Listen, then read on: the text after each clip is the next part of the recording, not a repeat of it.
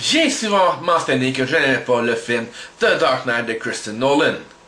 Je sais, certains vont me crucifier parce que, je vais sûrement blaster le film chéri de tout un public. Eh bien, laissez-moi néanmoins vous dire pourquoi je déteste ce film. D'abord, on débute le film en expliquant comment ça se passe à Gotham City. Welcome to Kingwood City. Ouais, c'est ça que je disais. Le narrateur a un drôle d'accent pour un film américain. Et ça, c'est le pire costume de Batman que j'ai vu de toute ma vie. Même les costumes pour enfants aux stéroïdes sont plus crédibles. En voyant ça, je n'aurais pas peur, et vous non plus, mais on voit bien que Christian Bale s'est laissé aller. Mon Dieu qu'il est maigre, comparé à ce que nous sommes habitués de voir. Faut dire qu'encore une fois, son costume ne le met pas en valeur. Dans ce film, enfin, Robin apparaît dans la série des films de Nolan. Top of my class. Non, Dick, ne dis pas ça aux autres élèves de ta classe, ils risquent de tous pleurer. Bruce Wayne est roux? Au moins il demeure un grand séducteur. Quel est le nom de la demoiselle au fait?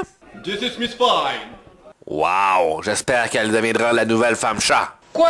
Pourquoi pas? Dick et Bruce étaient des amis de longue date. Ok, c'est un changement intéressant dans l'univers de Batman. Et là, diantre! Dick connaît le secret de Bruce Wayne. Précoce, notre Dick. Mais Wayne avoue tout de même qu'il l'est et se laisse malgré tout convaincre par Grayson de se joindre à lui. Et comme c'est convenient, le Bat-Signal soudainement apparaît. Qui est vert vomi, mais j'imagine que c'est un choix artistique intéressant. C'est alors que nos deux intrépides partent à la rencontre du commissaire Gordon. À pied? Et en passant, belle coupe de cheveux. Comme je disais, belle coupe de cheveux, Dick. Ce n'est pas là le plus ridicule du film, et vous le savez! Tant qu'à prendre des libertés, Nolan s'est donné à cœur joie. Le vilain n'est pas le Joker, mais reste une véritable joke. Le vilain est le Dr. Cock. Son trip ne peut plus s'endormir au-delà du lever du soleil. C'est, comment dire, faible. Conscient du danger qui attend la ville chérie, nos héros héroïques reprennent la route vers le repère du méchant Dr. Cock. Et non d'une transition. Un peu d'effort, s'il vous plaît! Sans compter que vous êtes bien trop heureux, les gars. Mais arrivé à destination, un combat s'ensuit et des mots apparaissent à l'écran. Hey, attends une minute. Ah! Ce nom est plutôt suspect. En réalité, après quelques recherches, j'ai découvert que c'est Joel Schumacher. Son of a bitch.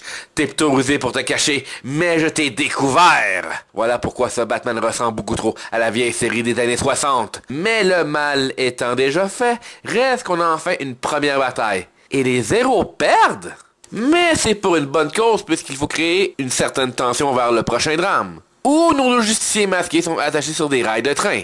Bref, comme tout bon vilain, il cache son visage pour pas que les héros le voient, même si on sait à quoi il ressemblait une scène avant, on ne connaît rien sur son plan et ne veut pas en parler. Enfin, un vilain brillant! Mais, parce qu'il y a un mais, bien sûr, Dr. Cock laisse des énigmes pour briser le quatrième mur à nos héros avant de les quitter. C'est finalement Robin qui résout le mystère et on comprend le truc du méchant. Faire chier Gotham en forçant les honnêtes citoyens à se lever très tôt chaque matin parce que monsieur a cette maladie comme quoi il ne peut pas dormir plus que quand le soleil se lève, alors il veut faire partager sa misère à la ville. Et demain, ce sera le monde! Alors que le train arrive, nos héros sont dans de sales draps et... c'est la fin?